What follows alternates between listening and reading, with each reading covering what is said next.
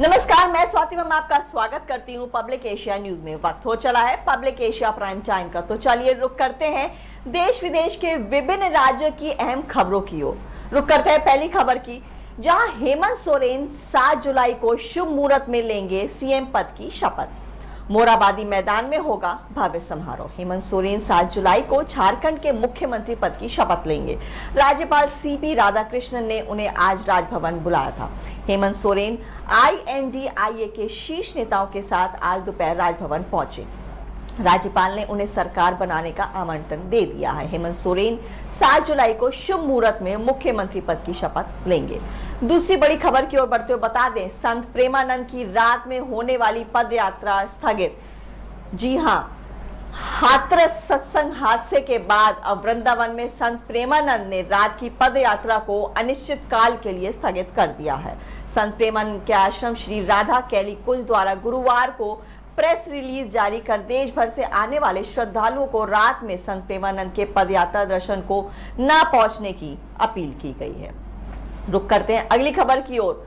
सुधा मूर्ति से सीखो कैसे संसद में बोलना है। राज्यसभा में सांसद के भाषण ने सोशल मीडिया पर मचा दी धूम। सुधा मूर्ति स्पीच राहुल और पीएम मोदी के भाषण के बाद सोशल मीडिया पर एक भाषण काफी वायरल हो रहा है। लेखिका और राज्यसभा में सांसद सुधा मूर्ति के पहले भाषण की खूब चर्चा हो रही है। सुधा ने भाषण में जिन मुद्दों को उठाया उसकी प्रधानमंत्री मोदी ने भी तारीफ की। वहीं सोशल मीडिया पर लोग कह रहे हैं कि अब हमें ऐसे ही जनप्रतिनिधियों की जरूरत है। अगली खबर की ओर रुख करते हुए बता दें, जम्मू कश्मीर विधानसभा चुनाव से पहले गुलाम नबी आजाद को लग सकता है बड़ा झटका। ये वफादार साथी बदल सकते हैं पाला। जम्मू कश्मीर में इसी साल विधानसभा का चुनाव होना है। चुनाव से पहले गुलाम नबी आजाद को बड़ा झटका लग सकता है। दरअसल आजाद के साथी पूर्व मंत्री ताज मोहिजुद्दीन और अब्दुल मजीद वानी कांग्रेस में जाने की खबरें सामने आ रही हैं। गुलाम नबी आजाद ने कांग्रेस से बगावत करके साल 2022 में अपनी नई पार्टी बनाई थी।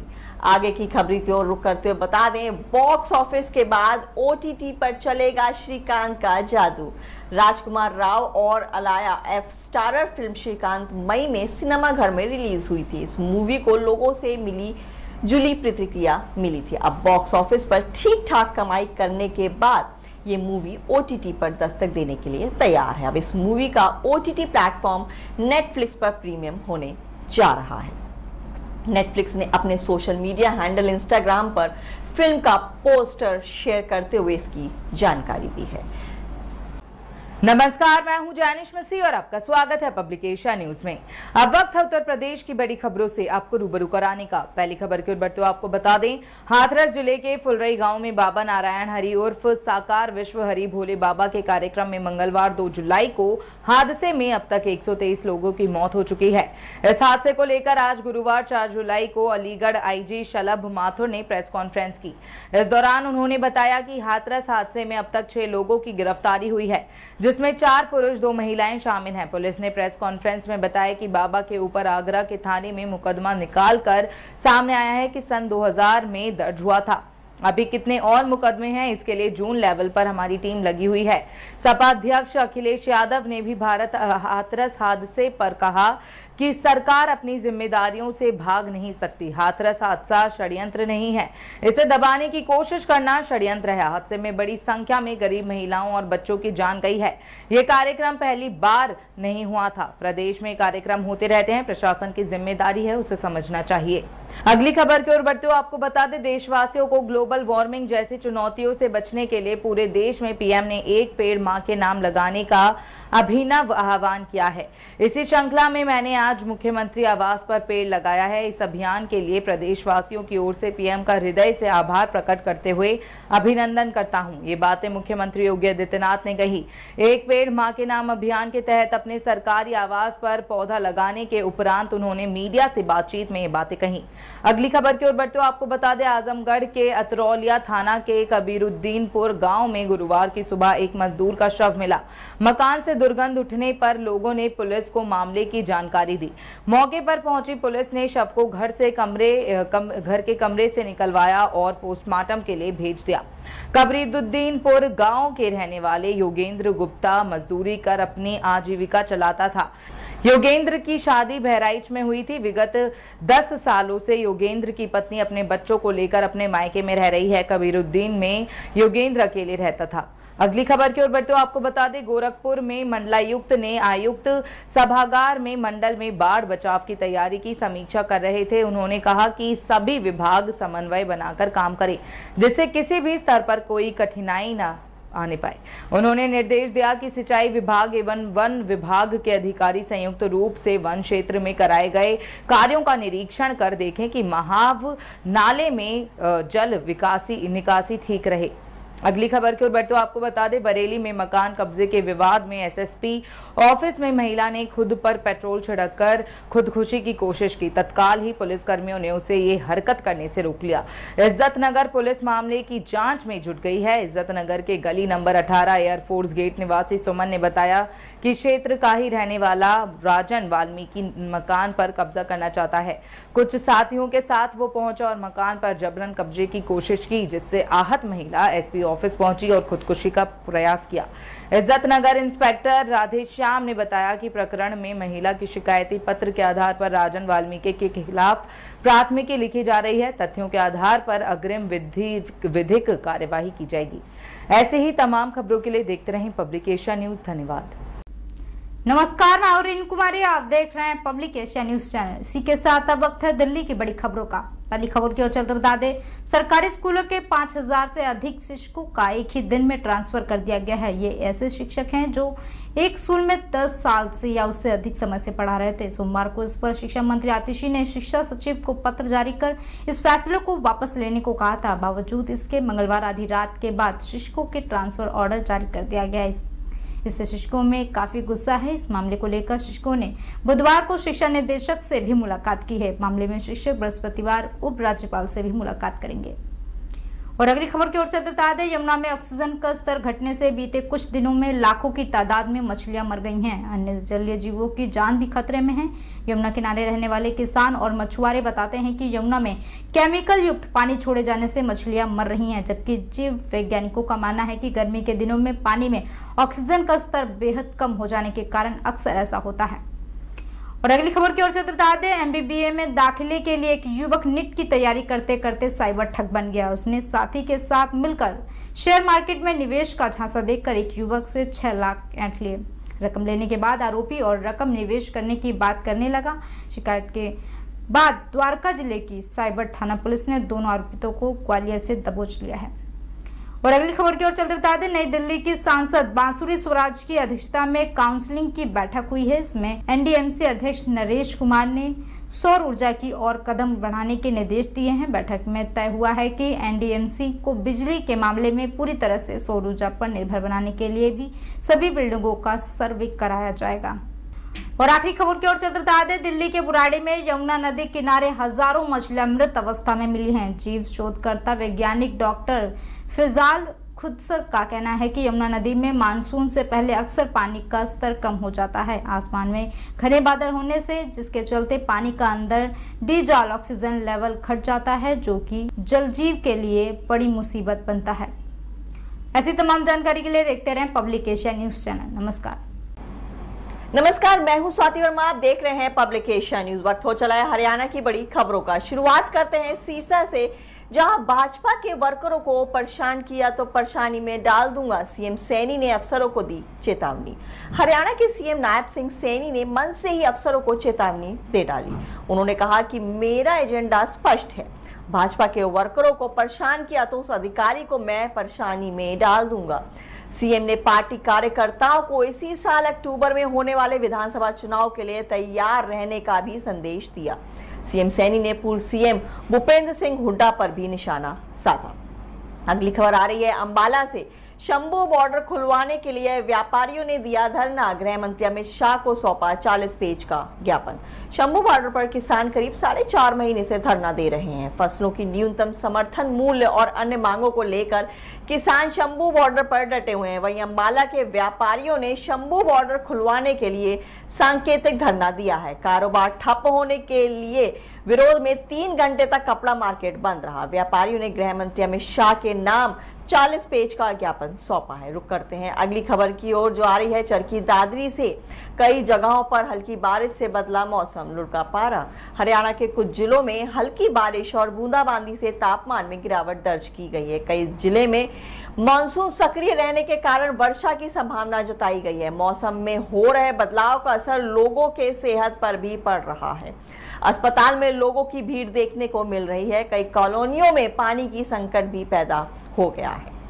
अगली खबर आ रही है अंबाला से। हाथरस कांड पर छलका अनिल विज का दर्द, कहा यह हृदय विदारक घटना। उत्तर प्रदेश के हाथरस में हुई भयावह घटना के बाद अनिल विज ने अफसोस जाहिर किया है। अनिल विज ने ऐसे कार्यक्रमों के लिए ठोस नीति बनाने की बात कही है। अनिल विज ने राहुल गांधी के लोकसभा में हिंदुओं वाले बयान पर कहा कि राहुल गांधी को देश से माफी मांगनी चाहिए। उन्होंने भूपेंद्र सिंह हुड्डा पर भी निशाना साधा। अगली खबर आ रही है गुरुग्राम से। बारिश के बाद हाईवे पर लगा भीषण जाम। दिल्ली जयपुर हाईवे पर 8 किलोमीटर तक फंसे वाहन, लोगों का हुआ बुरा हाल। गुरुग्राम में बारिश होने के बाद हाईवे पर भीषण जाम लग गया। जानकारी के अनुसार द्वारका एक्सप्रेसवे से लेकर दिल्ली जयपुर हाईवे तक भयंकर जाम लगा हुआ है। वहीं दिल्ली जयपुर हाईवे पर करीब 8 किलोमीटर तक जाम लग गया है। जाम में फंसे लोग हाईवे पर पूरी तरह जाम हो गए हैं। हाईवे पर जाम लगने से लोगों को खासी परेशानी का सामना करना पड़ रहा है। ऐसे ही तमाम खबरों के लिए देखते रहें पब्लिक एशिया न्यूज। साथ ही हमारे Twitter, LinkedIn, Facebook, Instagram page को जरूर फॉलो करें। नमस्कार, मैं हूं जैनिश मिस्सी और आपका स्वागत है पब्लिक एशिया न्यूज में। अब वक्त है महाराष्ट्र की बड़ी खबरों से आपको रूबरू कराने का। पहली खबर की ओर बढ़ते हुए आपको बता दें, बारबाडोस से वर्ल्ड चैंपियन बनकर लौटे टीम इंडिया के खिलाड़ी वतन वापसी कर चुके हैं।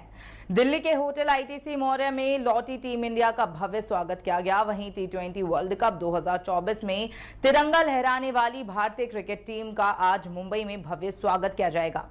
दिल्ली में प्रधानमंत्री नरेंद्र मोदी से मिलने के बाद विक्ट्री परेड के लिए भारतीय टीम मुंबई के लिए रवाना होगी। पुलिस ने टी20 विश्व कप विजेता भारतीय क्रिकेट टीम के गुरुवार शाम मुंबई में होने वाले रोड शो के लिए सुरक्षा के कड़े इंतजाम किए हैं, जहां परेड देखने के लिए बड़ी संख्या में प्रशंसकों के जुटने की उम्मीद है। एक अधिकारी ने इसकी जानकारी दी।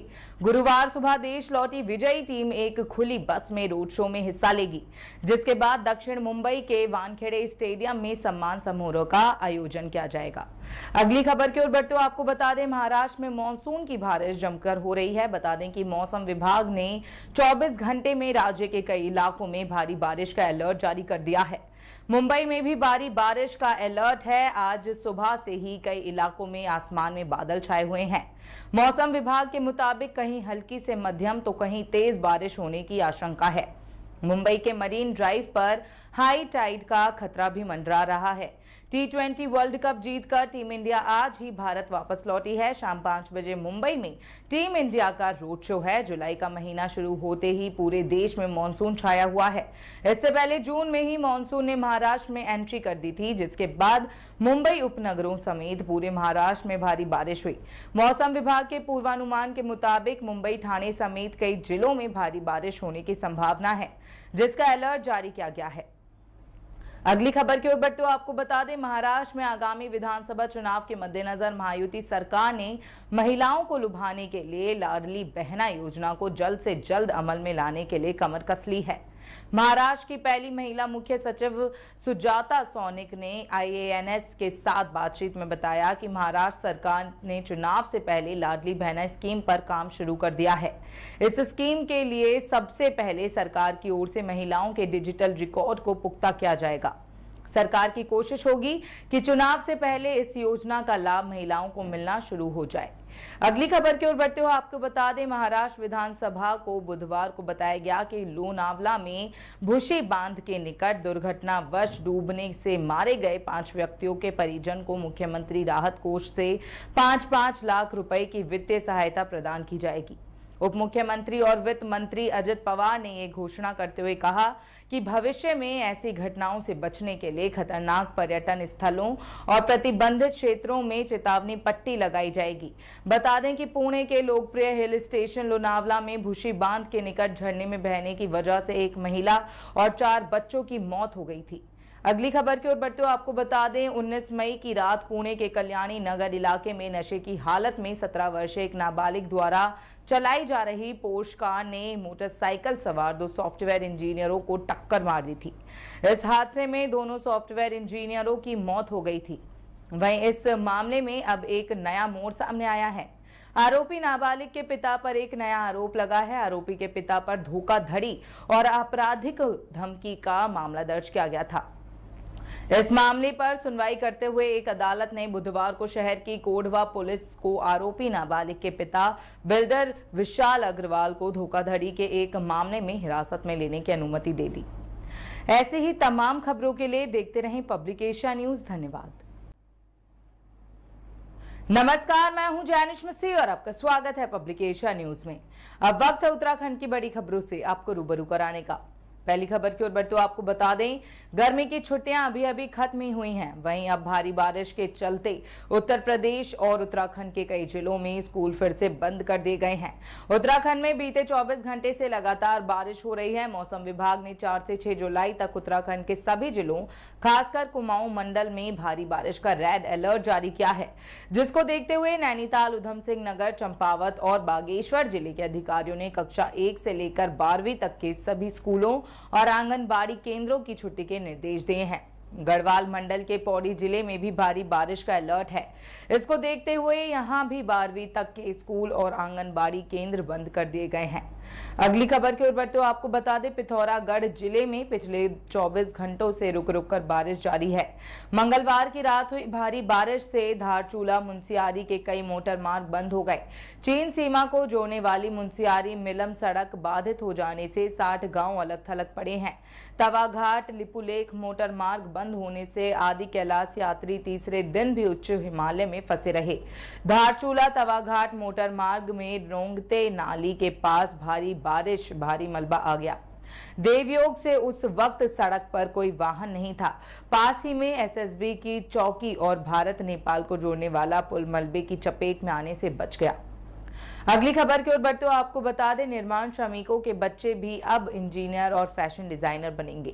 सभी सरकारी एवं गैर सरकारी भवनों के निर्माण जैसे मॉल, सड़क निर्माण, बांध, पुल, हवाई पट्टी, बाढ़ नियंत्रण, विद्युत उत्पादन, पारेषण एवं वितरण, जल, कल, तेल एवं गैस इंस्टॉलेशन, नहर, जलाशय, pipeline, tower, television, telephone, mobile tower आदि स्थानों पर कार्यरत निर्माण श्रमिकों का कार्यस्थल पर कैंप लगाकर पंजीकरण होगा। उत्तराखंड भवन एवं अन्य सन्निवारण कर्मकार कल्याण बोर्ड के अध्यक्ष OR मीनाक्षी सुंदरम ने श्रम प्रवर्तन अधिकारियों को ये निर्देश दिए। अगली खबर की ओर बढ़ते हुए आपको बता दें, अब जंगल की आग बुझाने, फसलों पर छिड़काव करने और आपदा में राहत सामग्री भेजने के काम ड्रोन से हो सकेंगे। नई ड्रोन नीति के तहत सूचना प्रौद्योगिकी विकास एजेंसी ITDA ने 6 श्रेणियों में 23 ड्रोन कंपनियों को सूचीबद्ध कर दिया है। सभी विभाग अपनी जरूरत के हिसाब से इन कंपनियों से काम करा सकेंगे। ITDA ने तकनीकी मानकों पर खरा उतरने पर mapping, surveillance, agriculture, training, fire fighting और लॉजिस्टिक श्रेणियों में 23 ड्रोन कंपनियों को सूचीबद्ध किया है। इनमें बड़ी संख्या स्टार्टअप की है। मैपिंग के लिए सबसे ज्यादा 13 कंपनियों को सूचीबद्ध किया गया है। विभाग अपनी प्रॉपर्टी से लेकर अन्य मैपिंग संबंधी सभी काम इनमें से किसी भी कंपनी से करा सकती है। अगली खबर की ओर बढ़ते हुए आपको बता दें, हाथरस में सत्संग में हुई भगदड़ में मोहम्मदपुर भुड़िया थारपुट्टी निवासी एक महिला की भी मौत हो गई। स्वजनों ने बिना पोस्टमार्टम कराए महिला का अंतिम संस्कार कर दिया है। हाथरस में हुए हादसे में करीब 121 लोगों की दर्दनाक मौत हो गई।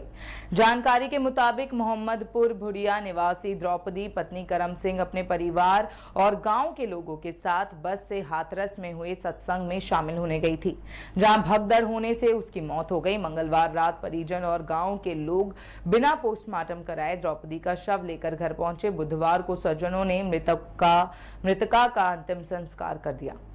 ऐसे ही तमाम खबरों के लिए देखते रहें पब्लिक एशिया न्यूज। धन्यवाद। नमस्कार, मैं हूं जैनिश मसीह और आपका स्वागत है पब्लिक एशिया न्यूज में। अब वक्त है देश की बड़ी खबरों से आपको रूबरू कराने का। पहली खबर आ रही है शामली से। बता दें कि शामली के मेरठ करनाल मार्ग पर एक 11वीं कक्षा का छात्र बदहवास हालत में पड़ा मिला, जिसे राहगीरों की सूचना के बाद मौके पर पहुंचे परिजनों द्वारा थाने लेकर आया गया, जहां पुलिस ने छात्र को इलाज के लिए अस्पताल में भर्ती कराया। डॉक्टरों ने छात्र की गंभीर हालत देखते हुए हायर सेंटर के लिए रेफर कर दिया। वहीं पुलिस ने मामले की जांच पड़ताल शुरू कर दी है। बता दें कि कोतवाली क्षेत्र के मेरठ करनाल मार्ग स्थित गांव झाल के गेट के पास उस वक्त अफरा तफरी मच गई जब समीपवर्ती गांव बरला जट निवासी 11वीं कक्षा का छात्र विशेष मलिक संदिग्ध परिस्थितियों के चलते बदहवास हालत में पड़ा मिला, जिसकी सूचना वहां से गुजर रहे लोगों ने छात्र के परिजनों को दी। सूचना मिलते ही परिजन मौके पर पहुंचे और छात्र को लेकर शहर कोतवाली पहुंचे। आइए दिखाते हैं आपको हमारे संवाददाता दीपक शर्मा की रिपोर्ट।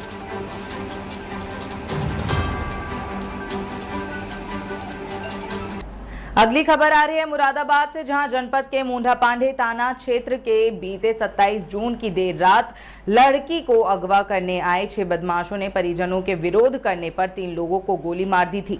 पुलिस ने 2 बदमाशों को मुठभेड़ के बाद गिरफ्तार किया है। मुठभेड़ में पिता पुत्र दोनों बदमाशों के पैर में गोली मारी गई है। एक कांस्टेबल भी मुठभेड़ में घायल हुआ है। तीनों का उपचार जिला अस्पताल में चल रहा है। युवती को अगवा करने की योजना बनाने वाला मुख्य 50,000 का इनामी बदमाश और उसका पिता 25,000 का इनामी मुठभेड़ में घायल हुआ है। इस मुठभेड़ से पहले पुलिस ने 2 और बदमाशों को मुठभेड़ में गिरफ्तार किया था। अब तक घटना को अंजाम देने वाले 6 में से 4 आरोपियों की गिरफ्तारी हो चुकी है। मुठभेड़ में गिरफ्तार हुए बेटे पर 50,000 का इनाम था और पिता पर 25,000 का इनाम था। अगली खबर की ओर बढ़ते हुए आपको बता दें कि मुरादाबाद के मुंडा पांडे में सड़क हादसे में लखनऊ राष्ट्रीय राजमार्ग पर चालक और एक ही परिवार के 3 सदस्यों समेत 4 लोगों की मौत हो गई, जबकि हादसे में 5 यात्री गंभीर रूप से घायल हो गए। मृतक परिवार हज करके घर वापसी कर रहा था। मौत की सूचना मिलते ही परिवारजनों का बुरा हाल हो गया और 3 सदस्यों की मौत से परिवार और गांव में मातम छा गया है। मृतक अशरफ, उनकी पत्नी जैतून हज यात्रा कर देर रात दिल्ली हवाई अड्डे से अपने निवास मुकर्रबपुर थाना स्वान जनपद रामपुर के लिए रवाना हुए थे। हाजियों को घर वापस लाने के लिए उनके बेटे महबूब नक्शे और तबस्सुम पत्नी जुल्फिकार मारुति अर्टिगा से दिल्ली पहुंचे। वापसी में सुबह लगभग 8 बजे मुरादाबाद के मुंडा पांडे पर बने ओवरब्रिज को पार करते ही गाड़ी डिवाइडर से टकराकर अनियंत्रित हो गई। आइए दिखाते हैं आपको हमारे संवाददाता शावेज खान की रिपोर्ट।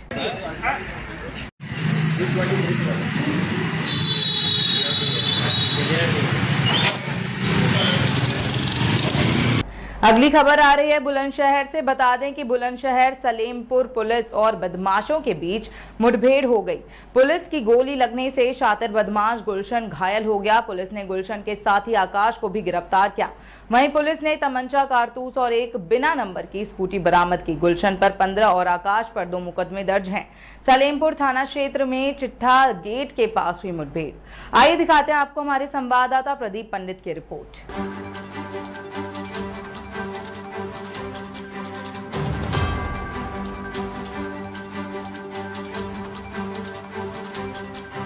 आज दिनांक 3/4 जुलाई की रात्रि करीब 12:15 बजे थाना सलेमपुर की पुलिस टीम गश्त के लिए निकली थी। चिट्टा गेट के पास आने के बाद सड़क से करीब 20 मीटर दूर ये देखा गया कि 3 व्यक्ति मैं स्कूटी कारण यहाँ खड़े हुए थे।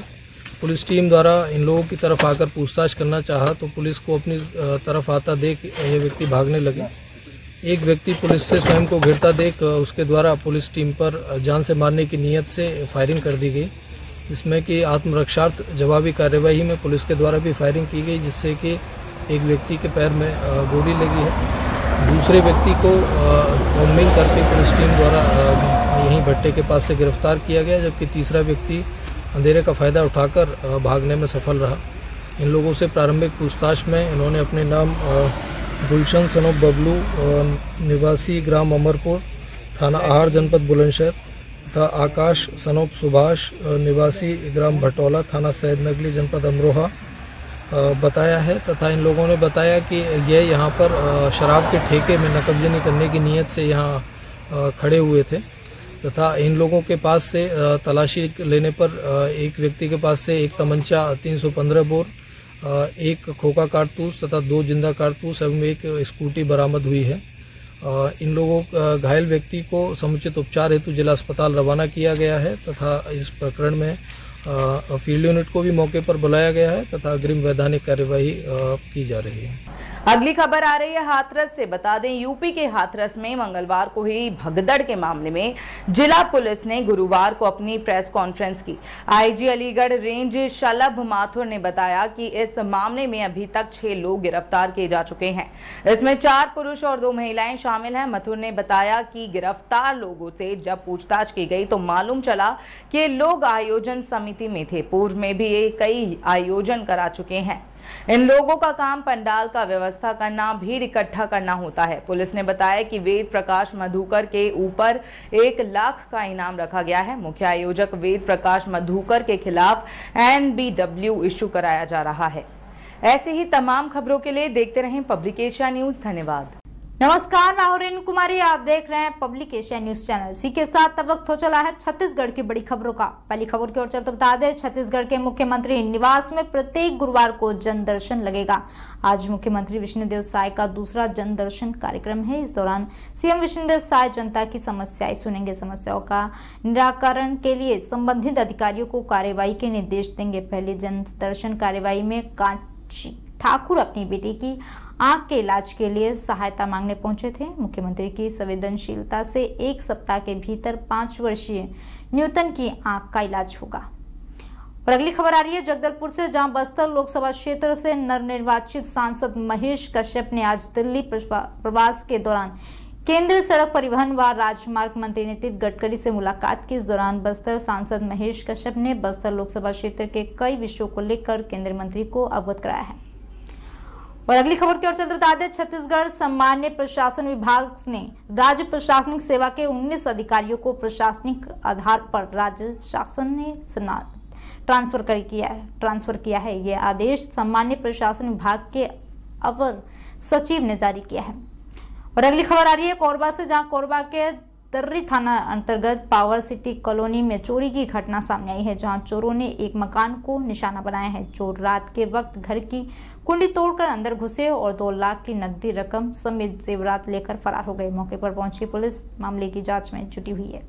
और आखिरी खबर की ओर चलते बता दें, छत्तीसगढ़ में इन दिनों ज्यादातर जिलों में बारिश हो रही है। राजधानी रायपुर समेत प्रदेश के कई जिलों में आज सुबह से ही बारिश हो रही है। इससे मौसम ठंडा हो गया है। कई जगह पर गरज चमक के साथ तेज हवाएं चलने की संभावना है। कई जगहों पर रुक रुक कर बारिश हो रही है। लगातार बारिश होने की वजह से कई जिलों के अधिकतम तापमान में गिरावट दर्ज की जा रही है। ऐसी तमाम जानकारी के लिए देखते रहें पब्लिक एशिया न्यूज चैनल।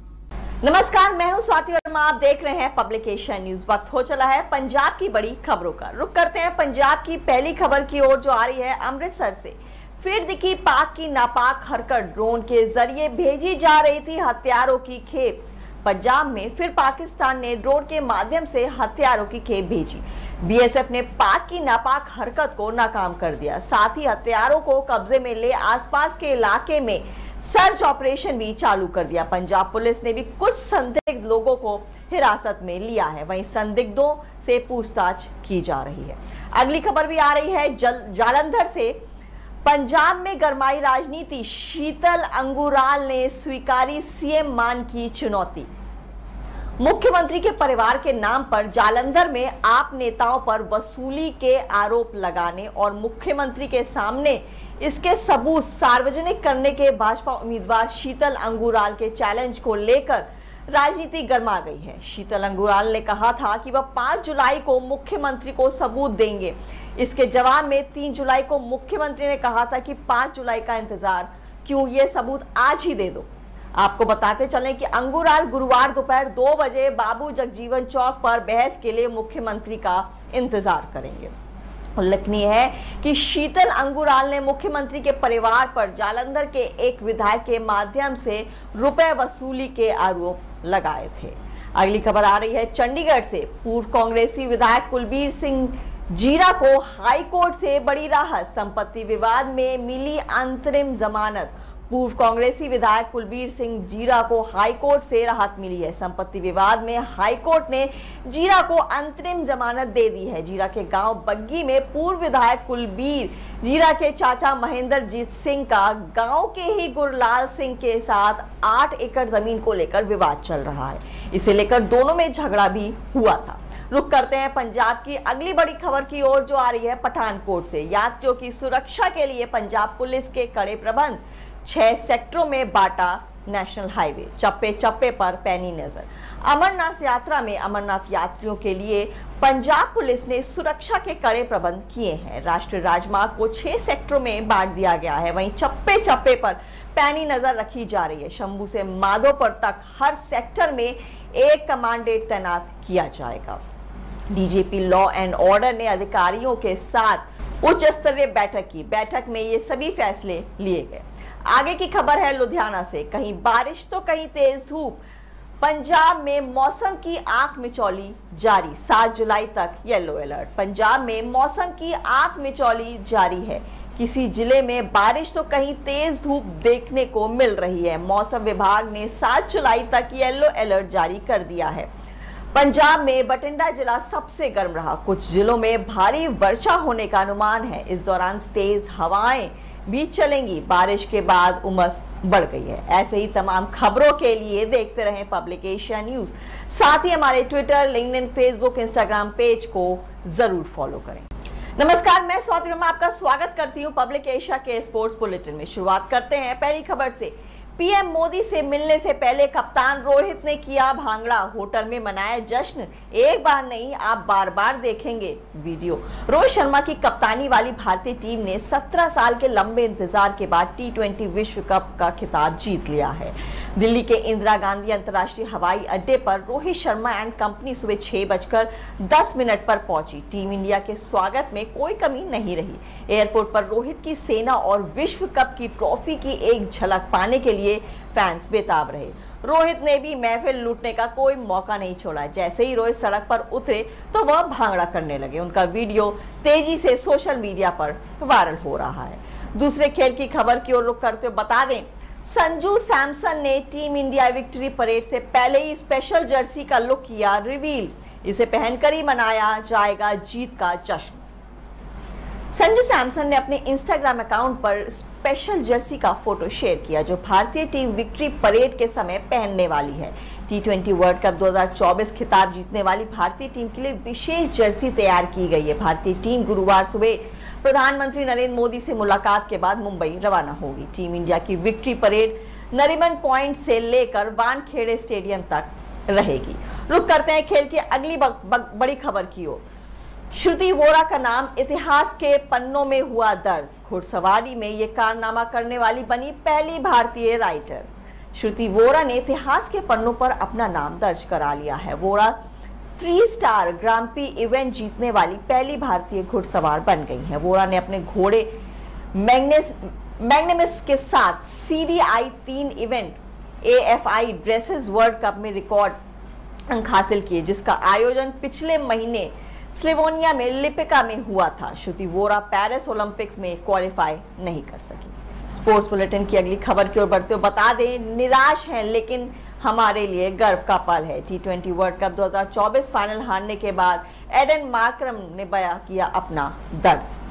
दक्षिण अफ्रीका को शनिवार को बारबोडस में T20 वर्ल्ड कप 2024 के फाइनल में भारत के हाथों 7 रन की शिकस्त सहनी पड़ी। खिताब से चूकने के बाद दक्षिण अफ्रीका के कप्तान एडन मार्करम ने अपना दर्द बयां किया। भारत के हाथों फाइनल मुकाबला गंवाने के बाद दक्षिण अफ्रीका के कप्तान ने कहा, इस हार से वो काफी निराश हैं, लेकिन उनकी टीम ने फाइनल में विरोधी टीम को कड़ी टक्कर दी।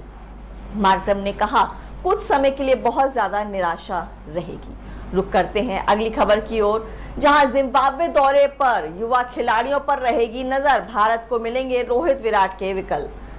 भारतीय क्रिकेट टीम शुभमन गिल की कप्तानी में जिम्बाब्वे दौरे पर 5 मैचों की T20 सीरीज खेलेगी। इस दौरे के लिए भारत ने युवा सितारों से सजी टीम चुनी है। ये वो खिलाड़ी हैं जो आगे चलकर टीम इंडिया के स्थायी सदस्य बन सकते हैं। इसके लिए जरूरी है कि ये युवा खिलाड़ी इस दौरे पर अच्छा खेल दिखाएं और अपना दावा पेश करें।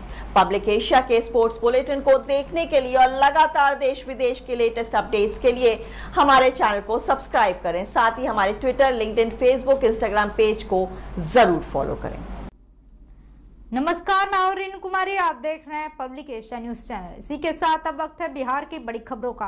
पहली खबर की ओर चलते बता दें, बिहार में एक के बाद एक पुल ध्वस्त होता जा रहा है। कई जिलों में पुलों के ध्वस्त होने की घटनाएं सामने आ चुकी है। 4 जुलाई की सुबह भी सारण में एक पुल तेज बहाव में गिर गया था। पुल पर पॉलिटिक्स भी तेज है। लालू तेजस्वी ने नीतीश कुमार पर निशाना साधा है। लालू ने कहा कि इसका दोष भी मुगलों और अंग्रेजों पर डाल दीजिए। और अगली खबर की ओर चलते बता दें, मुजफ्फरपुर में मवेशी लदे कंटेनर को जब्त किया गया है, जिस पर गुस्साए लोगों ने कंटेनर के चालक की पिटाई भी कर दी है। सूचना के बाद सदर थाने की पुलिस मौके पर पहुंची। मौके से ट्रक चालक समेत 4 तस्करों को पुलिस ने गिरफ्तार कर लिया है। इन सभी से पूछताछ कर आगे की कार्रवाई की जा रही है। और अगली खबर की ओर चलते बता दें, बिहार में मनरेगा योजना का हाल काफी बुरा है। सरकारी आंकड़ों को देखकर पता चलता है कि पिछले 3 सालों में 1% को भी 100 दिन का काम नहीं मिला है। वित्तीय वर्ष 2023 से 2024 में 0.69% परिवारों ने ही 100 दिनों तक काम किया है। इनमें से कुल 47,46,059 में से 32,578 ने ही 100 दिनों तक काम किया है। और अगली खबर आ रही पटना से, जहां पटना के दीघा में गोलीबारी और हत्या के विरोध में गुरुवार को स्थानीय लोग सड़क पर उतर आए हैं।